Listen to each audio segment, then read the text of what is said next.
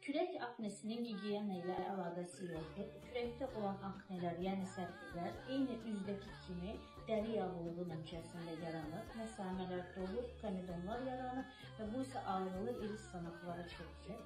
Kürək aknesinin də müalicəsi eyni üzdəki protokolla davam edir.